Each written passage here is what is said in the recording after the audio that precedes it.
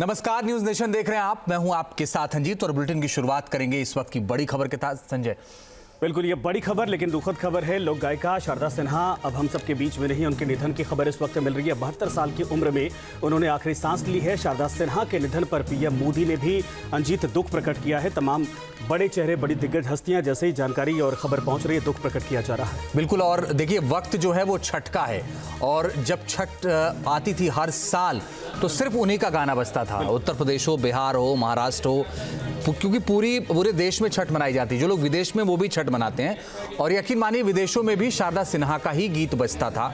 लेकिन इस बार उनका स्वर शांत हो गया है। गाने उनके रहेंगे लेकिन फिलहाल वो नहीं है। ये बड़ी खबर है। शारदा सिन्हा के निधन के बाद पटना में उनकी आवाज पर सन्नाटा छाया है। देखिए पटना से उत्कर्ष कुमार की रिपोर्ट। लोक गायक शारदा सिन्हा का आज दिल्ली में निधन हो गया। दिल्ली के एम्स में निधन हुआ है। देखिए, ये उनका पटना का घर है। हम तस्वीरें दिखा रहे हैं किस तरीके से इस घर की रौनक जो है वो छिन गई है, क्योंकि शारदा सिन्हा का निधन हो गया। कैंसर से वो पीड़ित थी।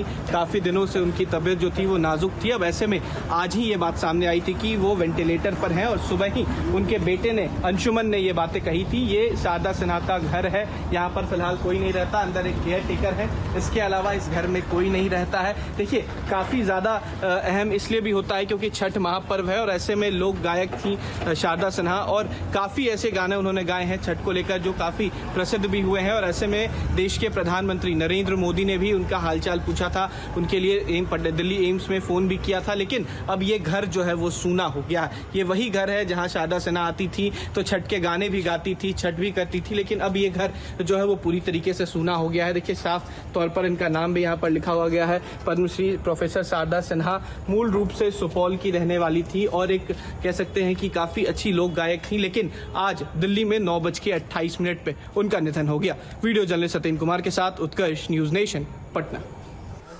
और मधुरेंद्र कुमार हमारे सहयोगी ज्यादा जानकारी के लिए इस वक्त जुड़ गए। मधुरेंद्र, छठ का वक्त है, इस वक्त तो हम ये उम्मीद नहीं कर रहे थे। बिल्कुल, हर छठ व्रती, हर शारदा सिन्हा के चाहने वाले, हम कहें कि उनके जो भी हम कहें कि पूरे भारतवर्ष में उनको चाहने वालों की एक बड़ी संख्या है, बड़ी तादाद है। और ख़ास तौर पे अगर आप छठ की बात करते हैं तो छठ के घाट सिर्फ पूर्वोत्तर भारत में नहीं, आज की तारीख में देखिए तो मुंबई से लेके गुजरात और दुनिया के तमाम देशों में जहां भी पूर्वांचल के लोग गए हैं वहां पर ये महापर्व मनाया जाता है। और कोई भी ऐसा छठ का घाट नहीं जो शारदा सिन्हा के सुर लहरियों से ना सजे। उनके सुर से और ख़ास तौर पर उनके गायन से ही दरअसल छठ का व्रत हम कहें कि अपने अर्ध और अपने आखिरी दिन यानी हम कहें कि भगवान सूर्य के अस्त और उनके उदय के साथ होने वाले इस महापर्व के समापन के साथ जो है वो संपन्न होता है। और बिल्कुल सही तमाम आपने इस कहा। पूरे पीरियड में देखें तो शारदा सिन्हा की जो स्वर लहरियां हैं वही दरअसल बांध कर रखती हैं और आज उनका न होना अपने आप में एक ऐसा रिक्त स्थान पैदा कर गया है जिसको भरना, जिसको कभी नहीं भरा जा सकता। ठीक है, मैं आपके पास दोबारा आऊंगा। हम दोनों लोग बारी बारी से आएंगे और समझने की कोशिश करेंगे जो उनका योगदान था। लेकिन शारदा सिन्हा दुनिया को अलविदा कह चुकी हैं।